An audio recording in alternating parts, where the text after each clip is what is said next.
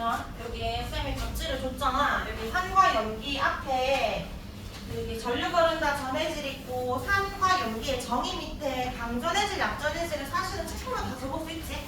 그래서 굳이 안 넣었고요. 특이성이랑 공통성도 다 보면 되는데 공통성의 화학 반응식이 진짜 쌤이 같이 보세요.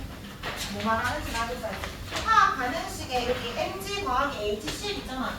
여기에 다 적을 때 Mg 더하기 HCl 이미 적어놨었고 뒤에만 적는 게 아니라 앞에도 숫자다가 2 채워 적어야 됩니다. 알겠죠?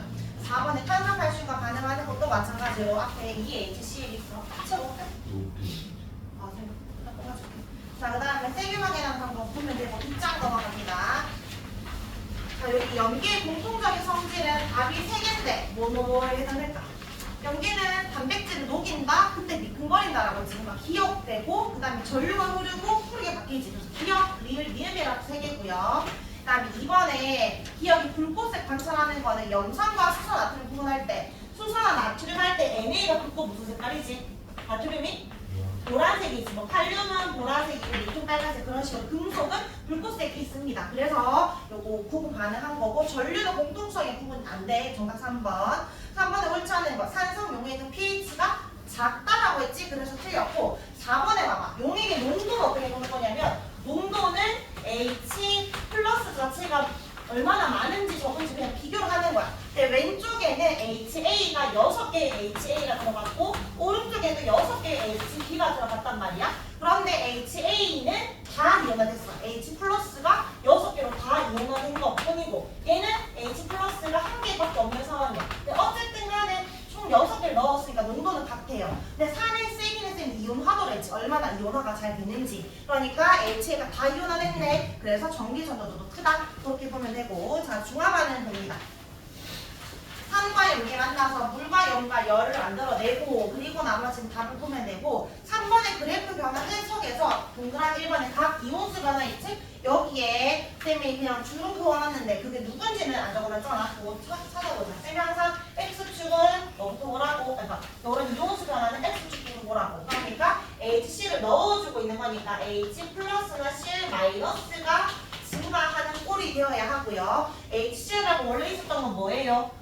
안 적어놨지만 그냥 NaOH라고 생각하고 문제 풀면 돼. 그럼 Na 플러스랑 OH 마이너스는 고정값인데 OH 마이너스는 R자이온이 감소하는 거지. H 플러스는 R자이온이 나중에 증가하는 거지. R자이온은 쌤이 V자 곡선 이룬다 했어. 그래서 감소하는 게 OH 마이너스고 나중에 증가하는 게 H 플러스. R자는 무조건 V자. 그 다음에 처음부터 계속 일정한 게 Na 플러스. 그 다음에 쭉 증가하는 게 Cl 마이너스가 됩니다. 요거는 답이 없잖아, 답지에. 그래서 선생님 이야기를 한 겁니다. 그 다음에 뒷장에는 답은 쌤이 적어놨는데 오늘 쌤이 마지막 시간이라 시간이 좀 부족할까봐 요건 쌤 문제풀이를 이미 찍어놨거든.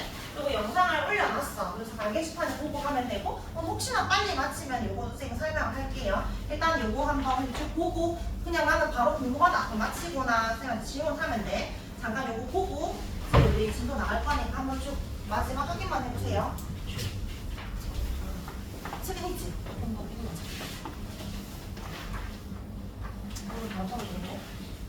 자, 그러면 얘들아 이거는 테스트지는 마무리하고 오늘 이제 진도 마무리 해봅시다. 페이지 110쪽.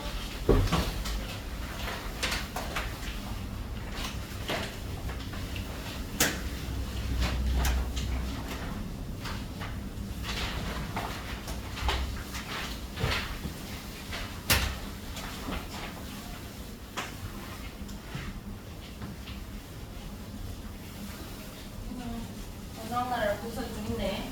연기도 있고. 키즈 카페에 갔는데 애기들이 어린이집 방학인지 애기들이 엄청나게 많아가지고 그래서 거의 어린이집 줄 알았어.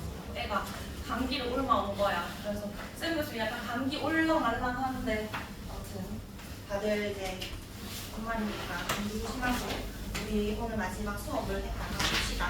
여기 그 지난 시간까지는 3단원의 화학 파트 봤고 이게 4단원 환경과 에너지 파트인데 여기에서 쌤이랑 하는 거는 4-1 파트 생태계 구성 요소와 환경, 생태계 환경 너희가 이제 이제 고등학교 올라가면 시험을 치면 2학기 기말 내용이라고 생각을 하면 되고 2학기 기말 때는 쌤이 별로 할 게 없어. 그 중간반응 만약 일찍 쳤다면. 그러니까 중간반응 말고 생물 파트는 이 내용이 워낙 쉬워가지고 그냥 뭐 1시간 만에 다 내용이 끝나는 것들이고 거의 이제 지구과 그 물리 파트 전기 에너지 수송이라든지 이런 에너지 생산법 이런 거 전환 이런 게 좀 중요할 거고 요거는 생명과학 1에서도 좀 쉬운 내용이야. 혹시 생명과학을 들었으면은 한번 봤던 내용일 건데 오늘 쌤이 1시간 안에 45분 안에 이 두 개 내용을 설명해야 되잖아. 근데 생태계 구성 요소 환경 요게 좀 중요하고 좀 나올 만한 내용들이 많고 생태계 평형은 그냥 한번 읽어보면 다 이해가 되는 내용들이라 쌤은 일단 요 위에 1단원 부분을 좀 더 위주로 수업을 하고 2단원 좀 빠르게 해서 마무리하도록 하겠습니다. 알겠죠? 자, 그럼 생태계 구성 요소 봅시다. 자, 생태계라고 하면 한 번쯤은 들어와서 생태계가 뭔지는 알잖아. 생태계라고 하면은 생물적 요인도 있고요. 그 다음에 생물을 둘러싼 환경도 있지.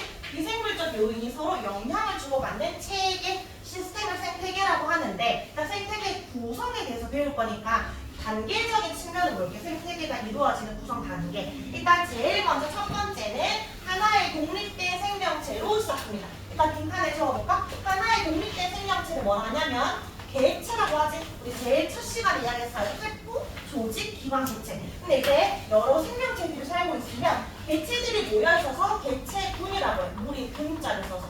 근데 또 이런 개체군들이 모여있으면 개체군의 집단이다라고 해서 군집을 형성합니다. 그리고 마지막에 생태계까지 가는데 얘들아 개체는 쉬워. 개체군과 군집 요거 용어만 좀 구분해주면 돼. 개체군과 군집의 차이는 뭐냐면 개체군 이거야. 개체가 사슴이잖아. 예를 들어 사슴 한 마리, 코끼리 한 마리, 개미 한 마리라고 하면 개체군은 사슴들, 개미들, 코끼리들이야. 그러니까 개체군은 여러 생명체가 있지만 같은 종이어야 해. 같은 종이 모였을 때 개체군이라 하는 거고 그럼 군집은 사슴들과 곰들과 여러 종들이 있는 거지. 그래서 여러 종이 있다. 근데 만약에 한 마리만 있어. 사슴 한 마리, 코끼리 한 마리를 하더라도 여러 종이기 때문에 군집이라고 하면 되고 쌤이랑 이제 사실 좀 시간이 짧아서 조금 빠진 내용들이 있긴 한데 생물 다양성 중에 생물 다양성은 세 가지 다양성이 있거든. 유전적 다양성이 있고 종다양성이 있고 생태계 다양성이 있어. 우리가 이 생명체 중에 생물이 다양하잖아. 근데 생태계 다양성은 왜 들어가냐면 숲 생태계랑 바다 생태계는 생태계가 다르면 살 수 있는 생물들이 다양하지. 그러니까 생태계 다양한 것도 생물 다양성이라고 해. 근데 너희가 생물 다양성이라고 하면 일반적으로 생각하는 게 쥐도 있고 소도 있고 이런 거 말하는 거잖아. 그런 생물 다양성 중에 종다양성 그걸 말하는 거야. 여러 종들이 있는 걸 생물 다양성이라고 생물 다양성 중에 여러 종들이 있는 걸 종다양성이라고 유전적 다양성, 우리 같은 종이지, 인간이랑 같은 종인지 다르게 생겼잖아. 같은 종인데도 불구하고 유전자의 차이 때문에 나타나는 걸 유전적 다양성이라고 해. 그럼 잠깐 이 언급을 한 이유가 뭐냐면 종 다양성의 개념은 개체군에서부터 나타나는 거야? 군집에서부터 나타나는 거야? 군집에서부터 나타나는 겁니다. 종 다양성의 단계가 뭐 개체군 단계가 나타난다 그러면 X라고 할 수 있어야 됩니다. 알겠죠? 그래서 여기에 종 다양성 하나 적어줄게. 문제 풀 때 이 단어가 나와서 잠깐 정립을 하고 갑니다. 자, 그 다음에 생태계의 종류는 아까 뭐 열대우림도 있고 초원도 있고 뭐 다양한 생태계들이 있다고 하는데 어항도 생태계라고 할 수 있을까? 가능해요. 여기 밑에 보면 인위적인 생태계도 생태계라 한다. 자, 그럼 생태계 구성 단계를 봤고요. 이제 짠 넘겨가지고 오른쪽인가 구성 요소를 볼게. 아까 생태계는 생물과 환경이 서로 영향 주고 받는다 했으니까 여기에 뭐라 적어? 생물적 요인. 그리고 이제 비생물적 요인 서로 영향을 주고 받는다라고 했어요. 이때 생물적 요인은 얘들아 여러 종들이 다 있어야 되지. 그럼 이거는 개체군이야, 군집이야? 군집인 거지. 그냥 일단 모든 생물이 다 있고 거기에 플러스 환경이 들어가면 생태계가 되는 겁니다. 그래서 비생물적 요인이 포함되는 단계를 부르면 군집이 아니라 생태계에서 비생물적 요인이 들어가는 거. 자, 비생물적 요인 한번 읽어보면 되지. 빛이나 온도나 물 같은 건데 생물을 둘러싸고 있는 환경이다. 이건 읽어보면 되고요. 자, 2번이 좀 중요해. 생물적 요인. 생물적 요인이라고 하면 동물, 식물만 말하는 게 아니라 모든 생물을 말해. 근데 우리가 한 번쯤은 들어본 단어야. 생산자, 소비자, 분해자로 또 나뉘어. 근데 이 나누는 기준이 뭐냐면 여기 보면 역할에 따라서 나눴다라고 하는데 정확하게 말하면 여기 적어줍니다. 양분을 얻는 방법에 따라 나눈 거예요. 양분을 얻는 방법. 양분을 어떻게 얻냐면 생산자는 뭘 생산하는 거야? 유기물을 스스로 생산하는 거야. 소비자는 유기물을 소비하는 거야. 분해자는 유기물을 분해하는 거지. 그러니까 목적어가 빠졌지. 유기물이라고 하면 포도당도 되고 녹말도 되고 우리가 이제 어떤 에너지원이 되는 물질들이지. 포도당이 가장 기본적인 주 에너지원이니까 생산자는 그런 유기물을 스스로 만든다. 그래서 어떤 양분으로부터 이제 독립되어 있는 독립영양생물이라 하고 이런 거 대표적인 게 식물들 있겠지. 광합성하니까. 근데 우리는 양분을 스스로 못 만들고 초식을 먹던지 풀을 먹던지 어쨌든 초식 곡물을 먹던지 먹잖아. 그래서 우리는 소비를 합니다. 그 다음에 분해자는 대표적으로 세균 같은 게 있는데 얘들은 사체나 배설물을 분해하면서 양분 얻거든. 어쨌든 얘들은 소비자랑 분해자 스스로 양분 얻지 못하기 때문에 종속되어 있다라고 해서 종속영양생물이라고 합니다. 자, 그럼 이 생산자, 소비자, 분해자가 이 세계에서 해준 역할들이 뭐냐면 일단 생산자는 이 광합성을 이용해서 스스로 양분을 만든다 했지? 이때 유기물을 생산을 하는데 얘들아 우리 광합성 할 때 아까 뭘 만든다 했어 선생님? 여기 적지 말고 밑에 그냥 예시를 줘볼게. 포도당을 만든다 했지? 이 포도당은 원료가 뭐야? 빛과 물 그리고 이산화탄소를 가지고 오는 거지. 근데 쌤이 포도당 같은 탄소화합물 5글자를 3글자 줄여서 뭐라 했어? 유기물이라고 한댔잖아. 유기물. 유기물을 합성하는 건데 일산화탄소나 이산화탄소처럼 탄소를 가지고 있지만 간단한 화합물들은 무기물이라고 해요. 그러니까 생산자가 생태계 내에서 하는 역할은 뭐냐면 무기물을 유기물로 합성해주는 역할을 합니다. 자, 그렇게 해서 유기물을 만들잖아. 그럼 유기물 우리가 먹는 거야. 소비자는 양분을 만들지 못하니까 먹이로 섭취해가지고 유기물을 얻습니다. 근데 여기서 1차 소비자는 초식동물이지, 2차는 육식이지, 3차, 4차 계속 있을 거 아니야. 어쨌든 계속해서 유기물을 섭취함으로써 유기물 속에 있는 에너지가 전달이 되기 때문에 소비자가 하는 역할이 뭐야? 라고 하면 에너지의 흐름이 일어나도록 한다가 소비자의 역할입니다. 그 다음에 분해자는 사체, 우리가 뭐 썩어 죽거나 아니면 똥 싸거나 이런 배설물, 이런 거 다 유기물이니까 이걸 분해해. 그러니까 뭘 분해하냐면 유기물을 분해해. 근데 뭘로 분해하게? 유기물을 무기물로 분해서 환경으로 돌려보내줍니다. 그러면 분해자의 역할은 뭐냐면 배설물을 분해했는데 그 무기물을 환경으로 돌려보내줬으니까 물질이 순환하도록 한다는 거지. 얘가 유기물을 무기물로 분해하면 생산자가 또 그 무기물을 가지고 유기물로 합성할 거 아니야. 그럼 또 유기물을 쭉쭉쭉 1차, 2차, 3차, 4차 하겠지? 그리고 모든 소비자는 분해자한테 또 유기물을 준다고. 그럼 또 유기물이 무기물을 분해하니까 또 계속해서 사이클이 일어나잖아. 생태계 내에서의 물질 순환이 일어나도록 해주는 역할입니다. 자, 크게 어렵지 않으니까 구분할 수 있고. 예시는 얘들아 생산자는 뭐 식물 말고 뭐 있냐면 여기 조류는 그 닭 말하는 거 아니겠지? 해조류 같은 거야. 김, 미역, 다시마 같은 거 물속에서 광합성할 수 있는 애들이고, 플랑크톤 중에 식물 플랑크톤은 광합성합니다. 동물 플랑크톤은 식물 플랑크톤을 먹기 때문에 소비자야. 그 다음에 여기 분해자 잠깐 이렇게 끊어봐. 세균과 버섯 곰팡이를 나누어 보세요. 너희 버섯과 곰팡이는 무슨 개라고 하는 줄 알아? 균계라고 해. 이때 말하는 균이 세균이라는 거 아니지? 몸이 균사체로 이루어져 있다라고 해서 균계라고 해요. 근데 세균은 균계가 아니라 원핵 생물에 핵이 없다 했잖아. 얘는 원핵 생물이고 버섯과 곰팡이는 진핵 생물, 핵이 있어. 근데 생물을 분류할 땐 다른데 왜 분해자로 넣었어? 다른 생물이지만 어쨌든 양분으로 봤을 때 양분을 분해한다는 측면에서 분해자로 들어가는 겁니다. 그리고 자주 나오는 질문, 세균은 비생물적 요인이다. 맞아 아니야? 세균이 비생물일까? 지금 생물적 요인의 분해자에 해당되는 거죠. 당연히 생물입니다. 알겠죠? 바이러스는 비생물적인 부분도 있어. 생물인지 비생물인지 확실히 말할 수가 없는데 세균은 엄연한 단세포의 생물입니다. 알겠죠? 자, 기자. 자, 그러면 비생물과 생물로 이루어져 있고 생물은 또 생산자, 소비자, 분해자로 나뉘어진다 했는데 얘들 간의 관계도 있게 항상 그림에서도 네모 박스가 나오잖아. 이건 다 생태계야. 생태계 안에는 비생물적 요인과 생물적 요인이 있는데 서로 영향을 주고받고, 생물적 요인 안에도 생산자, 소비자, 분해자가 영향을 주고받아. 근데 왜 우리가 흔하게 쓰는 말 있잖아. 서로 영향을 주고받는 걸 상호작용한다라고 하지. 근데 여기서는 상호작용하는 건 생물끼리만 상호작용한다라고 표현을 할 거예요. 그 말은 비생물적인 요인과 생물적 요인 관계에서 상호작용을 안 쓴다는 거지. 또 다른 용어가 있는데 작용과 반작용, 물리 용어를 쓴단 말이야. 자, 환경이 생물에게 영향을 끼치는 걸 우리가 작용이라고 해. 비생물적 요인이 영향을 주는 걸 작용이라고 해. 그럼 반대로 우리 때문에 뭔가 환경이 바뀔 때가 있잖아. 우리가 화석연료 많이 써가지고 뭐 이제 지구온난화가 생긴다든지 그런 식으로 환경에 영향을 주면 그런 걸 반작용이라고 해. 하나를 딱 기준으로 해요. 주로 우리가 날씨가 추워지면은 우리가 패딩을 입고 동물들은 뭐 털이 빠진다든지 뭐 지방이 두꺼워진다든지 보통 환경에 적응해 살아가니까 주로 작용의 예시가 많고, 근데 반대로 우리 때문에 영향을 주기도 하니까 반작용도 있다. 작용, 반작용, 상호작용 예시를 좀 이해해야 됩니다. 선생님 하나 들어볼게. 예시를. 개구리 수가 증가하자 메뚜기 수가 감소했다. 이거는 작용이야, 반작용이야, 상호작용이야?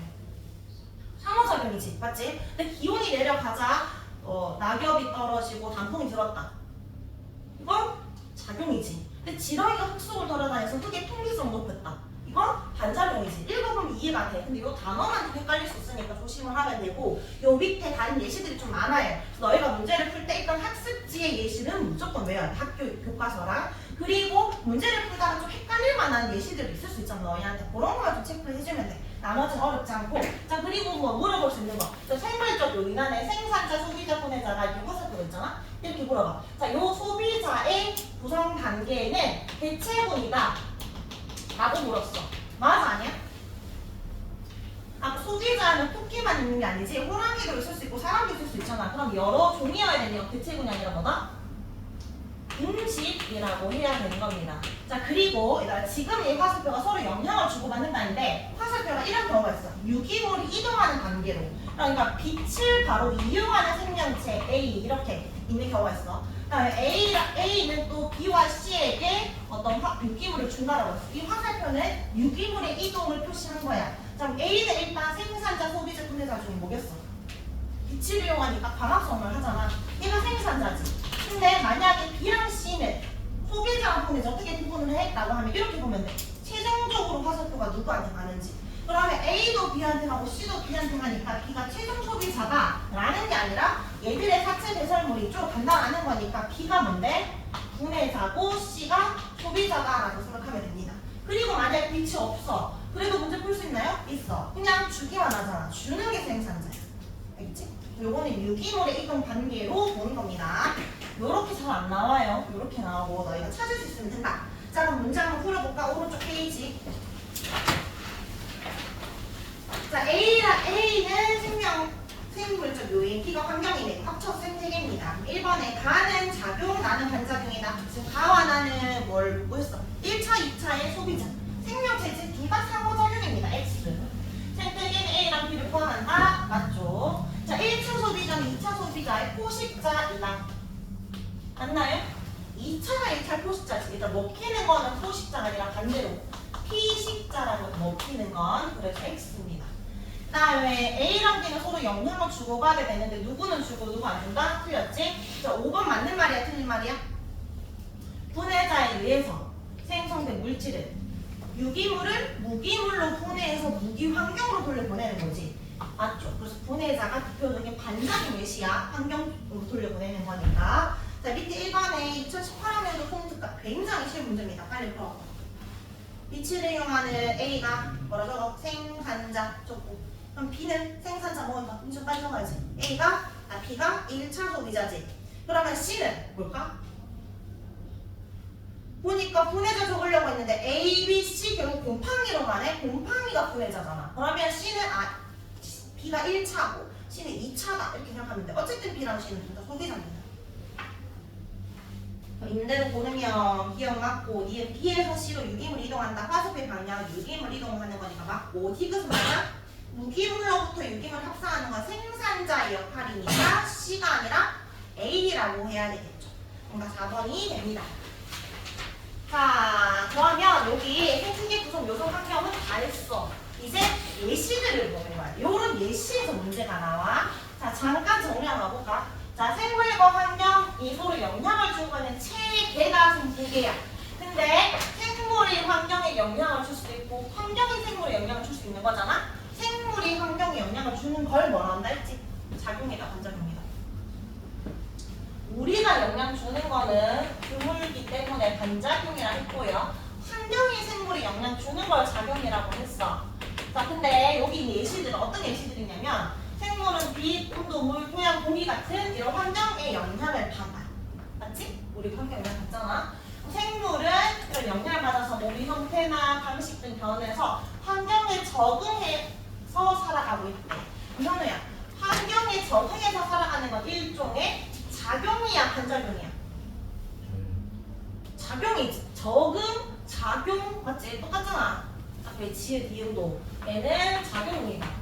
환경 때문에 우리가 뭔가 그 환경에 따라서 뭐 잎의 두께가 달라지고 식물의 지방이 많아지고 이런 식으로 적응해 살아가는 거니까. 자, 그러면 여기 다 뭐냐면 지금 빛, 그 다음에 온도, 그 다음에 물, 공기, 토양 예시가 나오거든. 빛 때문에 우리가 어떻게 영향을 받아 살아가는지 예시, 온도에 따라서 어떻게 영향받는지 하나씩 보는 거야. 근데 이 5개 중에 좀 중요한 거는 빛이야. 쌤 이걸 줄였지만 빛은 지금 총 3개 나오거든. 나중에는 4개 나올 거야. 어쨌든 빛이 엄청나게 양이 많고 빛만 따로 문제가 나올 거야. 독자적인 문제가. 그 다음에 좀 많은 게 온도인데 물과 공기 토양은 한 줄짜리. 그러니까 문제 하나에서 객관식 1개 정도 되는 내용이야. 굉장히 쉬운 내용. 그래서 빛이 좀 중요하니까 빛을 좀 더 많이 보도록 할게요. 그럼 빛에 따라서 우리가 어떤 영향을 주고받는지를 볼 건데 먼저 첫 번째로 빛의 세기에 따라서 어떻게 영향받는지. 양질 식물과 음지 식물 차이 알아? 양지는 빛이 강한 곳에서 잘 자라고 음지는 빛이 약한 곳, 그늘진 곳에서도 잘 자라지. 주로 양지 식물의 특징은 잎이 좀 두꺼워. 대신에 좀 좁은 경향이 있습니다. 좁다가 중요한 게 아니라 두껍다가 중요해. 음지 식물은 잎이 얇고 상대적으로 넓어요. 자, 그러면 지금 잎의 두께가 다르잖아. 두께가 다른 이유는 빛의 세기 때문에 달라진 건데 왜 그런 거냐면 빛을 받는 식물들이 광합성을 해야 되는데 광합성할 수 있는 곳이 어디야?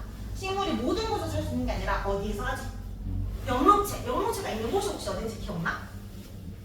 표피가 없어. 얘는 투명한 조직이야. 울타리 조직에 영록체 있고 해면 조직에 영록체 있고 이 구멍 있지? 구멍을 기공이라 하는데 기억이 안 나겠지만 이 기공을 만드는 이 공병세포 표피스포 같은 이 공병세포에 영록체가 있어. 중요하지 않아요. 그냥 복습한 거고 이 세 군데에서만 광합성이 일어나는데 영록체가 특히 많은 곳이 이거는 세포 하나고 맞지? 해면적인 금속 구성하니까 주로 많이 일어나는 곳이 울타리 조직이란 말이야. 그럼 여기에서 이제 광합성이 일어나야 되는데 양지에는 빛이 엄청나게 강하게 내비치지. 그럼 이 빛을 가지고 이 울타리 조직에서 양분을 만들었어. 근데 그냥 통과하니까 너무 아까운 거야. 그래서 울타리 조직을 한층 더 만들어서 더 많은 양분을 만들겠다는 거야. 그런 식으로 울타리 조직의 두께가 두꺼워지면서 잎이 두꺼워진 거야. 근데 빛이 약하잖아? 내가 울타리 조직 한층 더 만들 필요가 있어? 안 그래도 빛이 겨우 들어오는데 굳이 나의 울타리 조직을 더 많이 만들 필요 없지. 나의 식구를 늘릴 필요 없다. 다 굶어 죽으니까. 잎이 얇아진 대신에 최대한 효율적으로 많이 받기 위해서 넓어지는 경향이 있습니다. 이제 자 그래서 양지는 숲의 위쪽에 주로 잘 자라고 음지는 숲의 아래쪽에서 잘 자란다. 잎의 두께는 뭐 때문이다? 울타리 조직의 두께 때문이지 표피 조직의 두께나 뭐 다른 거라고 말하면 틀리는 거예요. 자 지금 이 예시는 작용이야 반작용이야? 작용이야. 빛이 강하게 오냐 약하게 오냐에 따라서 나의 두께가 달라진 거잖아. 맞지? 그래서 작용에 대한 예시다. 자, 두 번째 빛의 파장 볼게요. 파장은 일단 우리 결론부터 적을게. 바다의 깊이에 따라 도달하는 빛의 파장이 달라져서 서식하는 해조류의 종류가 달라진다 라고 하는데 일단 빛의 파장은 가시광선, 적외선, 자외선 들어본 적 있지? 잠깐 잘 기억하고 있는지 물어볼게. 파장 중에 가시광선 있잖아. 알조노초 파란보 눈에 보인다라고 가시광선이지? 빨간색과 보라색, 파란색이 그죠? 알조노초. 누가 파장이 더 길지? 빨간색이 길어, 파란색이 길어? 너희 제일 처음에 그 빅방할 때 배웠지 않아? 은하가 서로 멀어지고 있다 무슨 편이? 적세편이었잖아. 멀어지고 있다. 파장이 길어지는 건 빨간색의 파장이 긴 거야. 길이가. 보라색이 짧은 거예요. 파란색이 맞지? 근데 파장과 에너지는 무슨 관계지? 비례야 반비례야? 반비례야. 파장이 길수록 에너지는 짧고 파장이 짧을수록 에너지가 길어. 이거 외우기 쉽게 좀 더 추가 설명하면 보라색이 자색이지. 자색보다 더 파장이 짧은 건 무슨 선? 자외선, 자색밖에 있으니까. 적색보다 파생성 길면 적색 바뀔 따라서 적외선이라잖아. 너희 적외선과 자외선 둘 다 내 밑에서 맞았어. 뭐가 더 치명적이야 우리한테? 자외선 치명적이. 자외선 맞으면 눈 실명할 수도 있고 주름기 생길 수 있지만 적외선 병원에서 치료받고 있잖아. 맞지? 괜찮다란 말이야.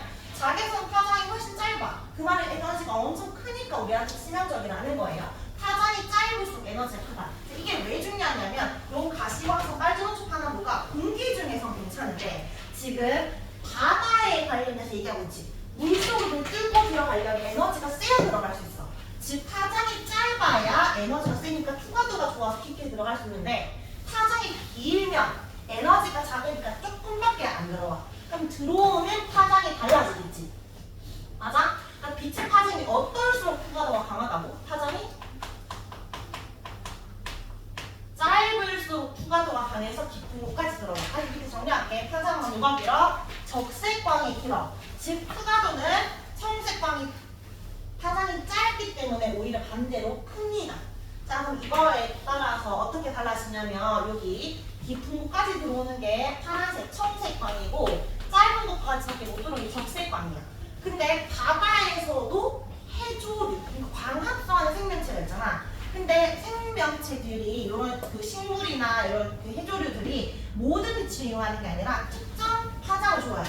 청색광을 이용해서 광합성한 애들도 있고 적색광을 이용해서 광합성한 애들도 있어. 근데 봐봐. 적색광을 이용해서 광합성한 애들이 녹조류거든. 그러니까 녹조류는 깊은 곳에 살 수 있을까? 깊은 곳에 살면 적색광 깊은 곳에 못 들어오잖아. 들어오면 좋겠지. 어디서밖에 못 살아? 얕은 곳밖에 못 살아. 근데 홍조류는 청색광을 이용해서 산단 말이야. 얘는 청색광 깊은 곳까지 들어오니까 깊은 곳에서도 살 수 있는 거지. 반대로 해석하면 안 돼. 그러니까 녹조류가 얕은 곳에 사니까 적색광 얕은 곳까지 들어온다. 맞아? 그게 아니라 적색광 얕은 곳까지밖에 못 들어오니까 녹조류가 얕은 곳에서 서식하는 거야. 얘는 일종의 작용이야, 반작용이야. 다 작용에 대한 예시입니다. 알겠죠? 그래서 녹조류는 얕은 바다에 사는데 파장이 긴 적색광을 이용하기 때문이고 홍조류는 깊은 바다에 살아요. 파장이 짧은 청색광을 이용하기 때문이다. 달조류는 파장이 적당한 황색광을 이용한다. 근데 한 번씩 묶어가는 얘들아. 홍조류는 빨간색이니까 얘가 적색광을 이용하고 녹조류가 청색광을 이용하는 거 아니에요? 왜 이렇게 되었다고 하는데 너희 그 얕은 바다 말고 이제 육지식물 중에 육지식물 대부분 녹색 식물이지. 그러니까 식물이 녹색인 이유는 이 녹색을 흡수해서야 녹색을 반사해서요. 반사해서 우리는 녹색을 보이는 거지. 그 말은 써? 안 써? 안 쓴다는 거야. 맞지? 그러니까 주로 자기 몸과 고색에 관계되는 그 빛을 이용을 하는 겁니다. 그래서 녹조류는 반대로 적색을 쓰는 거고 홍조류가 빨갛게 보이는 이유는 빨간색을 안 쓰기 때문이야. 빨간색을 반사하기 때문이야. 그러니까 반대로 청색광을 흡수해서 쓴다. 그리고 헷갈리면 육지가 녹색이니까 얕은 바다도 녹조류다 라고 생각해주면 되고 지금은 안 중요한데 나중에 통합과학 봤을 때는 녹조류는 팔의 핵합성 청각 중에 뭐가 녹조류인지 뭐 미역 다시마는 달조류, 홍조류 이런 것도 구분할 수 있어야 됩니다. 지금은 그냥 보고 가면 돼. 이거는 외우기 쉽지. 팔에는 녹색. 그럼 팔에 이런 식으로 외워주면 됩니다. 녹색 파란경입니다. 자 그럼 잠깐 자 지금 빛을 두 가지 봤거든. 우선 빛은 세기 봤고 그다음 두 번째 빛을 파장 봤어요. 세기에 따라서는 뭐가 달라졌지? 잎을 두께에 영향을 준 거야. 그렇지? 자, 빛의 파장에 따라서는 뭐에 영향을 줬어? 서식하는 해조류의 종류가 달라진 거지. 해조류의 서식지가 달라졌다. 자, 빛이 많아서 잠깐 정리한 거예요. 자, 하나 더 있어. 세 번째는 일조시간입니다. 일조시간. 다른 말로 광주기성이라 하는데 하루 중 햇빛이 실제로 내리쬐는 시간. 그러니까 낮의 길이가 기냐, 밤의 길이가 기냐에 따라서 어떤 영향을 주냐면 식물은 개화 시기가 달라지고 동물은 생식 시기가 달라져. 꽃이 핀다 또는 아기를 낳는다는 배고파 뭐라고 하는 거야? 성호르몬에 따라 영향을 준다는 거지. 그러니까 장애식물은 낮의 길이가 길어질 때 개화하는 식물이고 다른 식물은 낮의 길이가 짧아질 때 개화하는 거야. 보통 낮의 길이가 길어지려면 봄과 여름에 꽃이 필 거니까 대표적으로 벚꽃이 있을 거고 그다음에 다른 식물은 가을에 꽃이 피는 코스모스 같은 거 있겠지? 그래서 이런 예시들은 그때 외워주면 되고 지금은 일조 시간에 따라서 개화 시기나 생식 시기 달라질 거라고 보면 돼. 여기 보면 포유류 같은 경우에는 성호론 분위기가 달라지니까. 봄에 번식한 애들도 있고 가을 번식한 애들도 있어.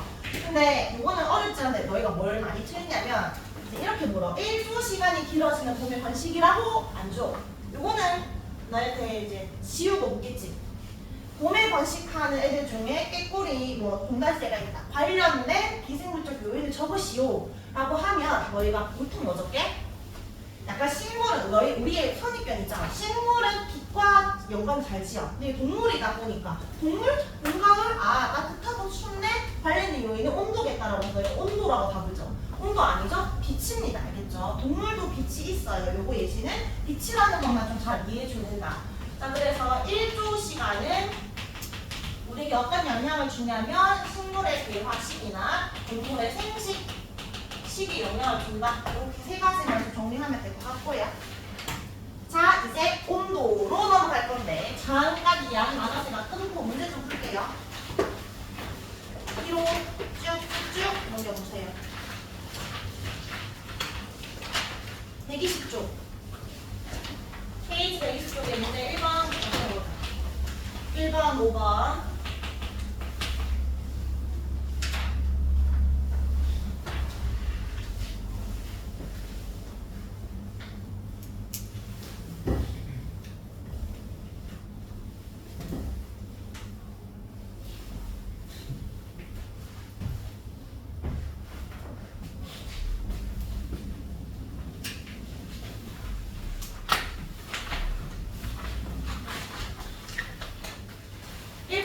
몇 번일까요? 몇 번? 5번 맞죠? 5번에 가는 대체군이다 맞고 나는 여러 종의 분질이니까 종다형성 언제부터 나타난다? 나에서 나타난다. 정답 3번. 자, 한 장 더 넘겨서 10번 봅니다. 10번에 생태계 박스 보이지? 기억과 니은의 작용인지 반작용인지 적어보자. 기억은 환경, 생물이 영향을 주고 있으니까 기억이 아니다. 기억 화살표가 비생물적 요인에서 대체군으로 가네. 그럼 기억이 작용. 니은이 반대로 생물이 영향 주는 거니까 니은이 반작용. 그림을 적으라고. 기억은 작, 니은은 반. 그 다음에 디귿은 대체군끼리 다른 종끼리 상호작용이고 니은은 같은 종 매일 상호작용인데 어쨌든 디귿도 니은 둘 다 상호작용입니다. 자, 그러면 옳은 거. 1번 개체군 A는 최소 2종 이상으로 구성되어 있다. 맞아? 개체군은 같은 종끼리니까 X.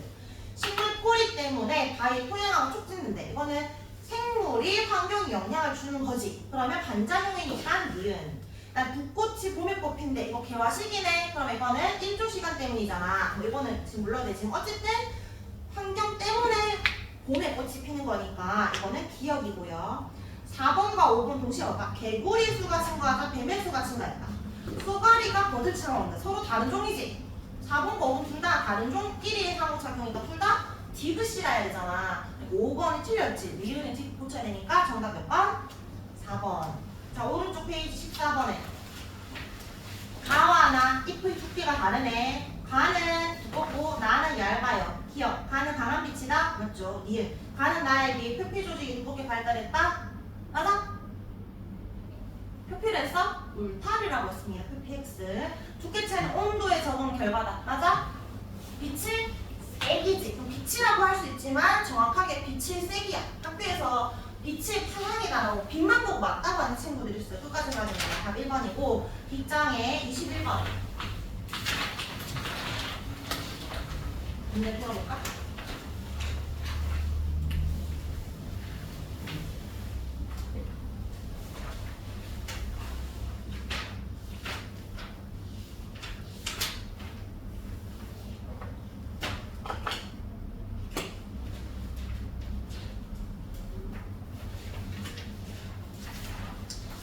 몇 번?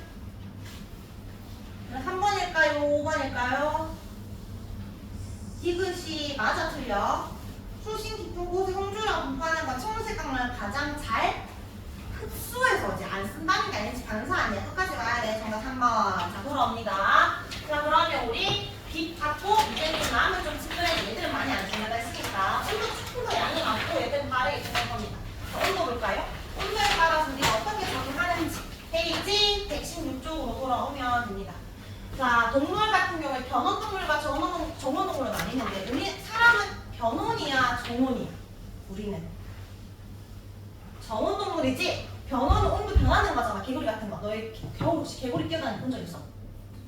바깥에 지금 영하 5도인데 개구리 뛰어다니면 자기 몸도 영하 5도가 된다는 거잖아. 그러면 세포들은 다 물로 이루어지니까 물이 얼겠지. 어떻게 될까? 죽겠지. 그러니까 변온동물은 뭐 해야 돼? 온도에 따라 체온이 변하기 때문에 주로 겨울잠 잡니다. 물질 대사가 안 일어나니까. 물질 대사 기억나지? 물질 대사가 일어나면 반드시 뭐가 필요하다? 효소가 필요하다. 효소의 주성분이 뭐다? 단백질이다. 근데 이 단백질은 열에 약화됐지? 온도가 올라가도 문제지만 너무 내려가도 활성화되지 않기 때문에 36도, 37도씨에서 물질에서 잘 일어나요.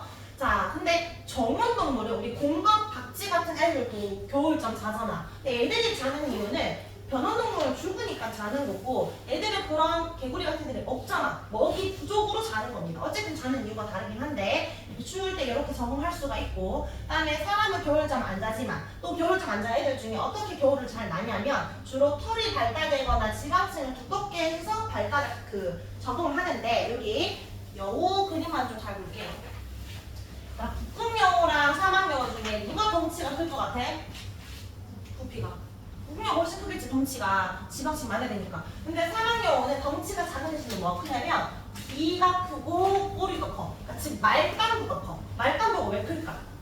더운 지역 사니까 열 방출량을 뭐 하려고? 늘리려고. 열 방출량을 늘리기 위해서. 그럼 북극여우는 덩치는 큰데 비해서 말단부가 작은 이유는 열 방출량, 다르게 표현하면 열 손실량을 줄이기 위해서지. 이것도 온도에 따른 적응에 대한 예시인데 얘들아 북극과 사막여우가 부피가 똑같다라고 생각해봐. 덩치가 똑같다면 누가 표 면적이 더 큰 거야 그럼? 겉의 면적이 누가 더 큰 거야? 말단부가 사막여우가 더 큰 거지. 그러니까 사막여우는 부피에 대한 체표면적 비가 크어졌다? 비가 어떻다? 이거 크다. 같은 부피라는 표면적이 훨씬 크다라는 거지. 알겠죠? 그래서 반대로 보면 작다라고 해주면 돼. 부피에 대한 체표면적 비. 이런 것만 뭐 잘 알면 되고요. 자, 식물 같은 경우에는 우리가 춥잖아. 기러기나 남쪽나라로 이동하지, 기록. 근데 식물은 이동할 수 있었어?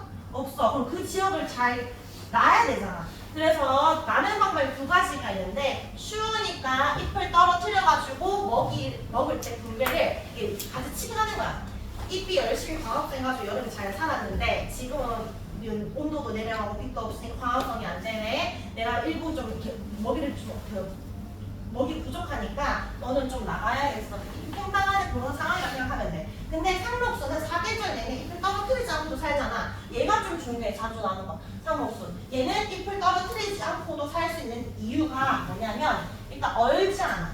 얼지 않은 이유는 어느 점을 낮췄기 때문인데 어느 점을 낮추는 이유는 삼투압 위에다 이렇게 적어주세요.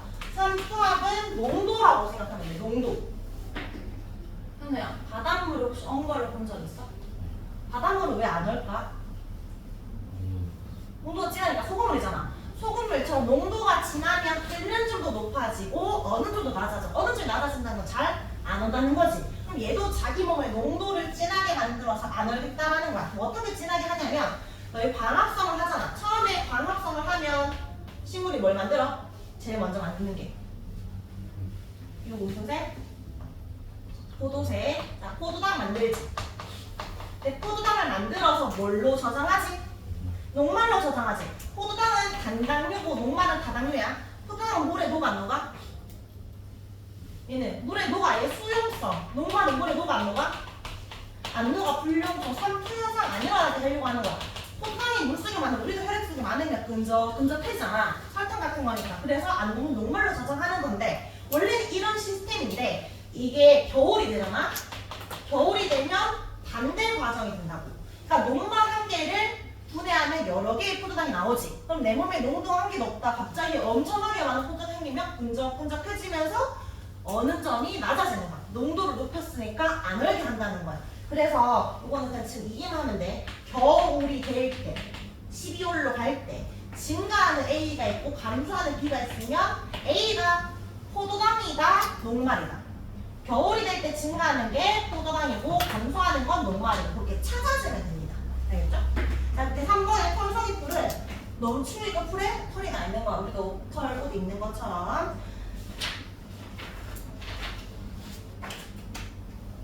119쪽 잠깐 119쪽에 문제 푸는 건 아니고 이번에 2022 정화역 문제 보여?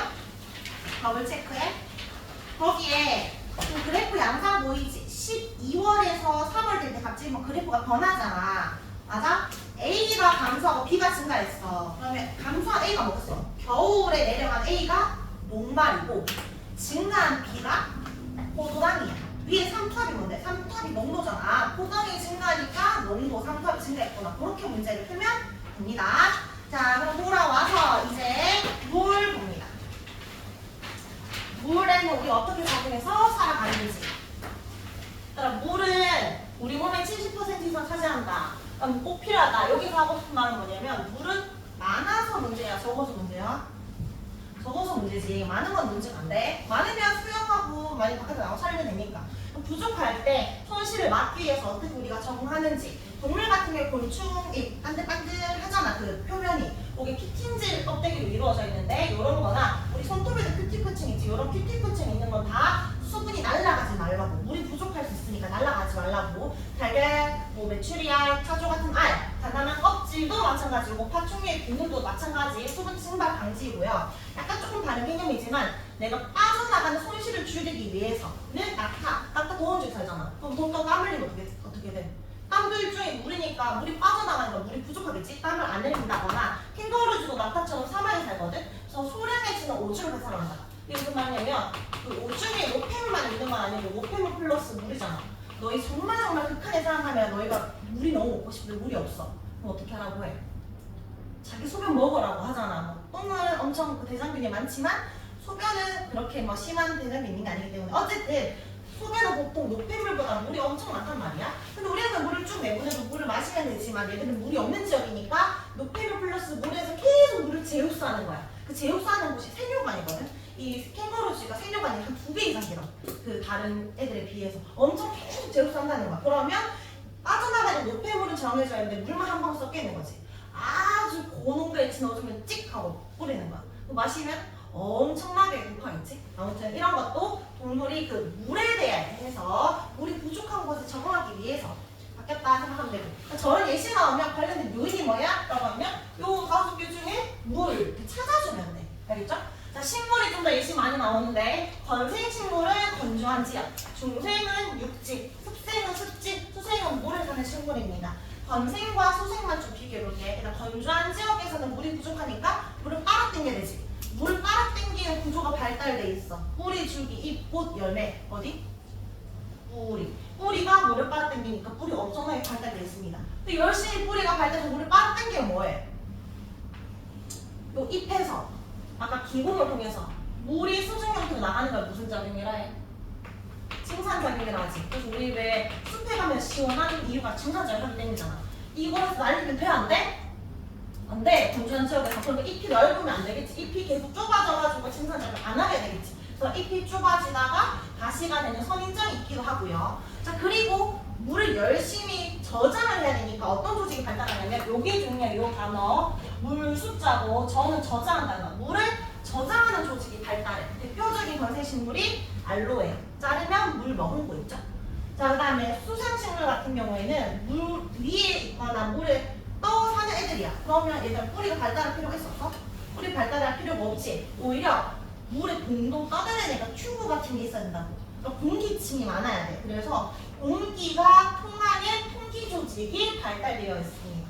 얘는 저순 조직, 얘는 통기 조직 발달. 그래서 건생은 뿌리가 완전 발달.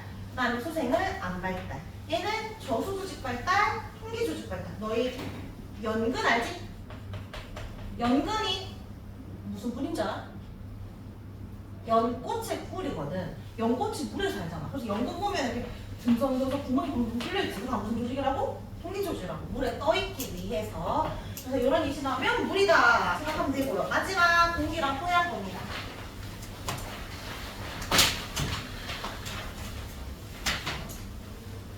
자, 공기는 한번 읽으면 되니까 근데 그냥 보면 되는데 얘들아 층 두 개로 나눈 이유는 공기는 이 관련된 요인이 뭐게 했을 때 공기를 못 찾는 게 잘 없어. 그래서 이건 작용의 시계, 반작용의 시계 이런 식으로 물어봐. 그래서 그런 측면으로 너희가 문제를 좀 접근하면 좋고요. 토양은 바로 빈칸 채울게.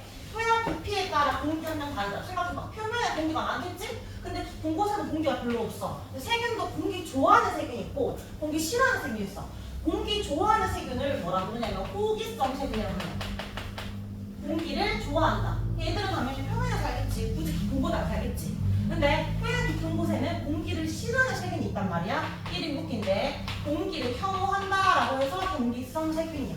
이것도 아까 그 해조류의 서식 분포랑 따라 비슷하다. 이런 비슷한 거지. 평기성 세균은 굳이 공기를 싫어하니까 표면에 안 살고 공고 산다는 거야. 공기가 어느 정도 오는지에 따라서 이 세균을 분포하는 서식지가 달라진다. 이렇게 해석하면 될 것 같아요. 자, 그럼 여기 다 했고 남은 문제 몇 개만 더 풀고 마무리. 저기 뒤에 126쪽에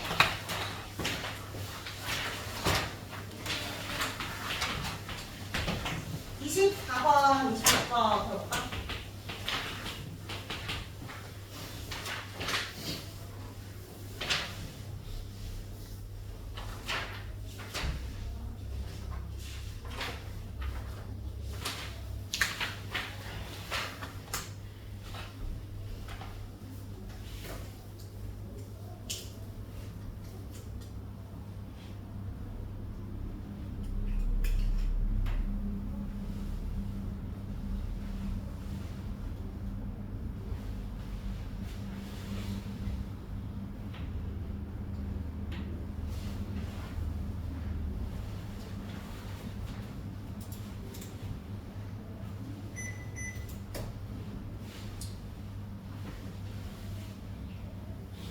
네, 24번에 보면은 X축이 체중이고 Y축 위도지. 그러니까 고위도로 갈수록 체중이 커진다라는 거죠. 추운 지방 갈수록 덩치가 커진다. 그렇게 해석하면 돼요. 그러면 기억 사수 중 A는 고위도 서식한 몸집보다 나갔고 체중이 많이 나가면 단위 체중당 열 방출량이 증가한다. 맞아? 그러니까 체중이 많이 나가면 아까 말단도가 크다 작다. 말단도 작다. 그러면 열 방출량은 크다 작다. 열 방출량은 작다라고 해야지. 단위 체중, 단위 부피, 그냥 이건 똑같은 말이고 같은 부피에 어쨌든 열 방출량 감소해야지. 니은 틀렸고 이거 개구리가 겨울잠 자는 거 관련된 요인 뭐였어? 온도지. 추워서니까 답 3번. 그 다음에 26번에 건조한 뿌리가 발달되어 있다라고 해서 관련된 요인이 뭐였다? 물이었다. 물. 그럼 기억에 사춘기가 기능사 표현된 것도 물 관련된 거고 건생식물은 뿌리랑 저수조식 발달, 수세균 통기조식 발달 맞지? 근데 디귿에 호기성 세균, 현기성 세균의 관련 요인이 뭐였다? 토양이었다. 그래서 답 3번입니다. 자 마지막 너희가 많이 틀리는 문제인데 34번. 네? 34번.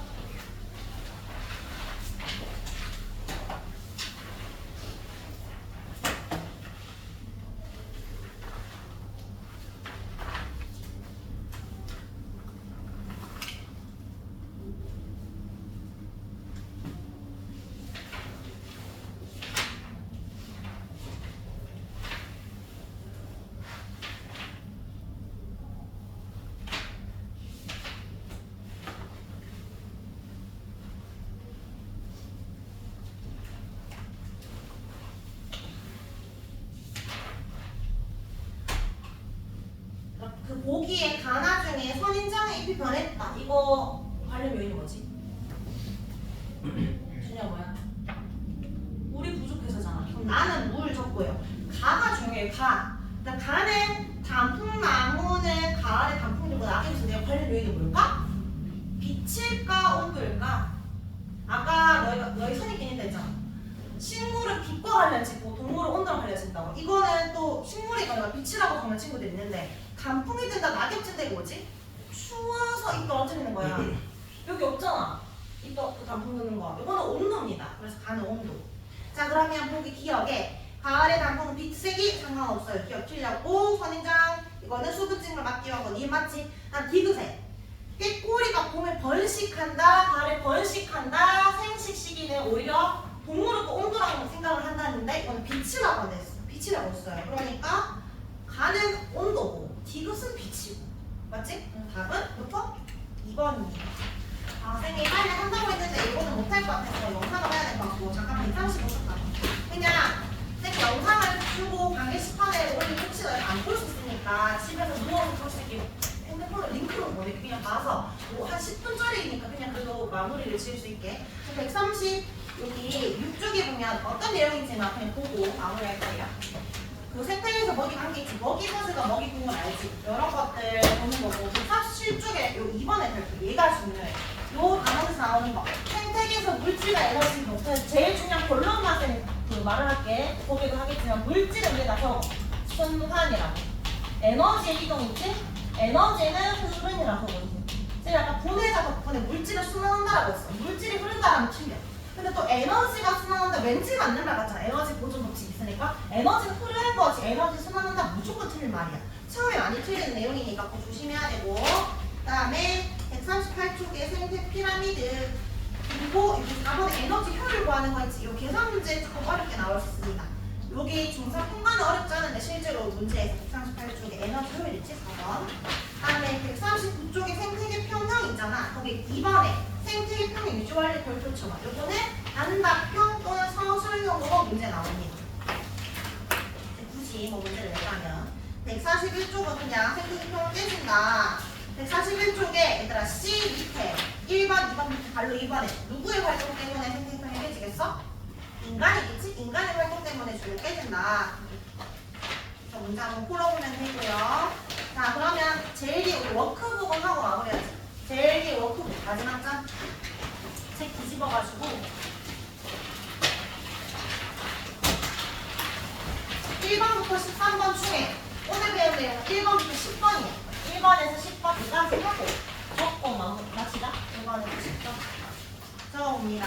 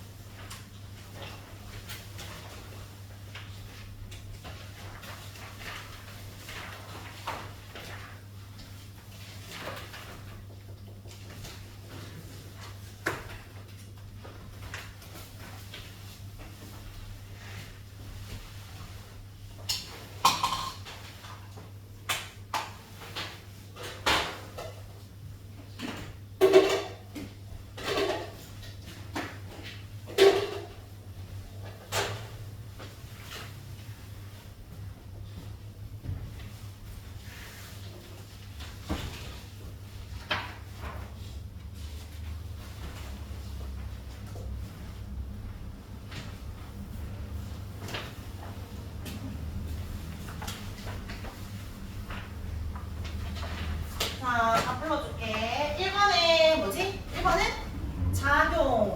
2번 생물이 영향 주는 게 반작용. 3번에 생물과 환경 영향을 주고받는 시스템 체계 뭐라고? 생태계. 4번에 같은 종의 집단이니까 군집이다 개체군이다. 개체 군. 5번에 빛이 세기와 생물이죠. 강한 빛은 잎이 두꺼워. 왜냐면 어떤 조직이 발달해 있어서? 울타리 조직이 발달해 있어서. 6번은 빛의 파장과 생물입니다. 얕은 바다는 무슨 색 광을 이용한다고? 적색 광을 이용하는 목조류가 살고 깊은 바다가 청색 광을 이용하는 홍조류가 산다. 7번에 양소를 파충류는 온도 낮아지면 뭐 잔다? 겨울잠을 잔다. 8번에 몸이 키틴질, 비늘 이런 거 다 뭐 때문이다? 물의 영향 때문이다. 물 증발 안 할래 이런 거. 9번 포유류는 추운 지방 살면 몸집은 크고 말단부는 반대로 작고 그래서 열 손실이 작다. 건생은 물을 저장하는 조직 무슨 조직? 저장하는 물수 저수 조직. 수생식물 공기가 통해야 됐잖아. 잘 못 듣더라고. 기통 저거 별의별 공통인데 통기 조직이죠. 통기 조직의 발달이 있다. 11번에 바로 적어볼까 이거 아는 거야. 생산자에서 먹고 먹히는 관계를 뭐라 해? 먹이 사슬. 12번에 먹이 사슬이 얽혀있는 걸 뭐라 하지? 먹이 그물. 13번은 요 우리 그 위에 제목에 2번에 우리 오늘 생태계 구성 요소 배웠잖아. 저 위에 이름 정렬판 옆에 답이 적혀있네. 생태계 평행입니다. 내용이 별로 안 어려 보이지? 그래도 짜잘짜잘한 것들은 쌤 중요한 것들을 영상 찍어서 올릴 테니까 안 보내드릴 몇 뿐이겠지만 그래도 쌤은 또 보내야 하니 보낼게. 보고 숙제까지 하고 근데 만약 질문이 있다. 그러면 쌤한테 편하게 연락하면 되고 내년에 심화를 듣는 친구들은 그냥 계속 질문해도 되고 아니면 어쨌든 문자든 쌤한테 연락해서 잘 모르는 거 있거나 물어보고 있으면은 물어보면 됩니다. 알겠죠? 말을 같지만 해도 전혀 상관없다는 거예요. 오늘 수업 여기까지 수고했어요.